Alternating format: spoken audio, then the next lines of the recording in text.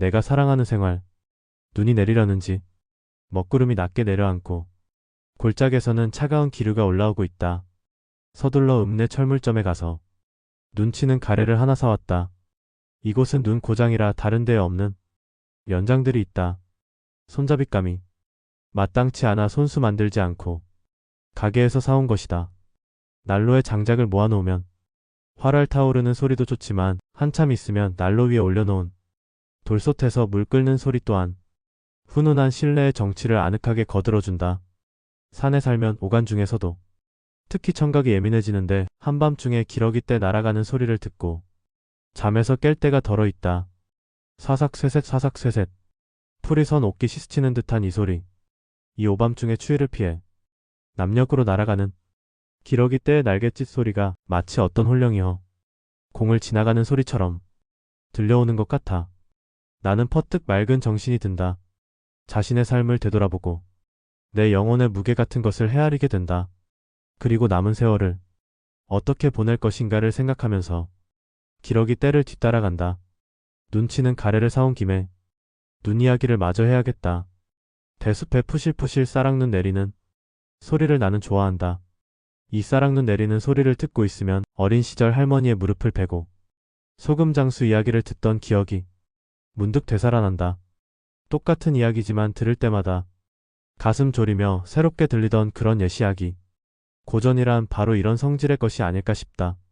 며칠 동안 펑펑 눈이 쏟아져 길이 막힐 때 오도가도 못하고 혼자서 적막강산에 갇혀있을 때 나는 새삼스럽게 홀로 살아있음을 누리면서 순수한 내 자신이 되어 둘레의 사물과 일체감을 나눈다. 눈 위에 찍힌 짐승 발자국을 대하면 같은 산중에 사는 동료로서 친근감을 느낀다.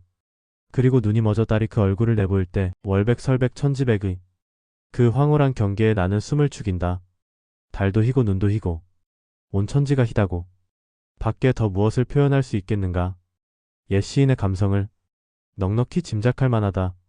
나는 한겨울 개울가에서 얼음장 속으로 흐르는 시냇물 소리에 귀 기울이기를 좋아한다. 뼛속까지 스며드는 그 청랭한 소리가 내 핏줄에 이어져 한없이 정화시켜주는 것 같다. 얼음장 속에서 버들강아지가 움트는 것을 보면 잠시도 멈춤이 없는 생명의 신비 앞에 숙연해지지 않을 수 없다. 살아있는 모든 이웃들이 다 행복하라 태평하라 안락하라. 여름날 땀을 흘리면서 한참 고갯길을 오르다가 고갯마루에 올라섰을 때 가까이서 들려오는 솔바람 소리는 오장육부까지 시원하게 해준다. 소나무 아래서 솔바람 소리를 베고 낮잠 한숨 자고 싶어진다. 내가 좋아하는 산중의 풍류다. 제 발로 한 걸음 한 걸음 산길을 걸어 올라가는 사람만이 누릴 수 있는 맑은 복이다. 나는 또 겨울숲을 사랑한다.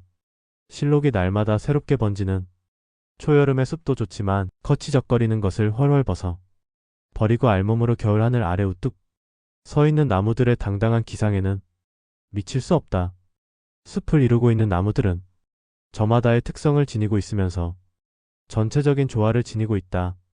사람이 모여 사는 사회도 이런 숲의 질서를 배우고 익힌다면 넘치거나 모자람이 없을 것이다. 우리가 한 그루의 나무를 대할 때 그 앞에서 자기 자신의 모습도 함께 비춰볼 수 있다면 나무로부터 배울 바가 적지 않을 것이다. 겨울숲에서 어정어정 거닐고 있으면 나무들끼리 속삭이는 소리를 들을 수 있다. 빈가지에서 잎과 꽃을 볼 수 있는 그런 사람만이 그 소리를 알아들을 수 있을 것이다. 겉으로 보면 나무들은 겨울잠에 깊이 빠져있는 것 같지만 새봄을 위해 끊임없이 움직이고 있다. 눈 속에서도 새 움을 틔우고 있는 걸 보라. 이런 나무를 함부로 찍거나 베면 그 자신의 한 부분이 찍히거나 베어진다는 사실을 사람들은 알고 있을까? 나무에도 생명의 알맹이인 영이 깃들어 있다. 나무를 사랑하라. 사랑의 메아리가 우리 마음에 울려올 것이다. 해와 달은 모든 생명의 신비를 그대로 드러낸 것이라고 나는 생각한다. 우주를 지탱하는 음양 관계뿐 아니라 해와 달이 없다면 생명이 존속될 수 없다. 고대 사회에서 해와 달을 신격화한 것도 자연스러운 일이다. 불교 경전에서는 해와 달을 일광보살, 월광보살로도 표현하고 있다. 그 전부터 느끼고 말해온 바이지만 물론 주관적인 견해다. 해는 지는 해가 좋고 달은 떠오르는 달이 좋다. 해는 지평선이나 바다로 지는 해가 아름답고 장엄하다. 달은 아무래도 산마루에서 떠오르는 자태가 사랑스럽다. 내 기억의 언저리에는 아름다운 일몰의 장면이 몇 폭 차곡차곡 간직되어 있다. 문득 지금 떠오른 것은 태평양 연안에서 노부부가 간이 의자를 차에 싣고 와서 가지런히 앉아 수평선 너머로 지는 해를 묵묵히 지켜보고 있던 장면이다. 그 지점은 나도 자주 가서 일몰을 지켜보곤 했었는데 그날은 마침 비가 갠 날이라 붉은 해의 윤곽이 선명해서 수평선에 잠기는 순간순간 하늘과 바다에 펼쳐지는 빛의 조화가 숨이 막히도록 아름다웠다. 인생의 황혼기에 접어든 노부부가 하루 일을 마치고 바닷가에 나와 수평선으로 지는 해를 말없이 바라보고 있던 그 모습이 내게는 그날의 일몰과 함께 인생의 잔잔하고 아름다운 일몰로 간직되어 있다. 노을은 인도양의 진주로 불리는 스리랑카의 티크나무 숲에서 붉게 붉게 타오르던 그때의 노을보다 더 장엄한 노을을 나는 아직 만나지 못했다. 해가 지고 난 다음 하늘이 벌겋게 물드는 현상을 노을이라고 하는데 한 인생이 살다가 간 자취도 노을처럼 남을 거라고 여겨진다. 후회 없이 잘 살아야 그의 자취인 노을도 아름답게 비춰질 것이다. 나는 또 맨발로 밭에 들어가 흙 밟는 그 감촉을 좋아한다.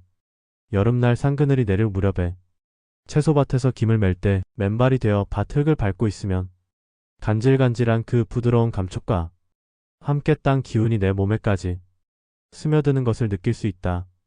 흙이 생명의 바탕임을 알아야 한다. 마른 씨앗을 흙에 묻어두면 거기서 음이 트고 잎이 펼쳐지고 꽃을 피우다가 열매를 맺는다. 흙에서 멀수록 병원과 가까워진다는 말은 어김없는 진리다. 우리가 살 만큼 살다가 돌아가 삭을 꽃 또한 이 흙이다. 이런 흙을 더럽히면 자신의 뿌리가 그만큼 허약해진다는 사실을 우리들은 명심해야 한다. 누가 먹고 싶은 것이 뭐냐고 물으면 나는 선뜻 대답을 못한다. 먹고 싶은 것이 별로 없다. 내 삶의 둘레를 쓸고 닦아낸 다음 차분하고 한가로운 기분으로 마시는 차를 나는 가끔 즐기고 있다. 오참, 요즘 물미역을 몇 차례 맛있게 먹었다. 물미역은 뻐세기 전 소금을 약간 쳐서 찬물로 씻어낸 다음 데치지 않고 날 것 그대로 초고추장에 찍어 먹으면 산중에서도 바다의 갯내와 파도 소리를 들을 수 있다. 물미역은 잎은 떫고 줄기가 오들오들 씹히는 맛도 있고 달다. 밝아오는 여명의 창에 눈을 두고 꼿꼿이 앉아 소리 없는 소리에 귀를 기울이는 일을 하루의 일과 중에서도 나는 가장 사랑한다. 이런 시간에 나는 내 중심에 있다.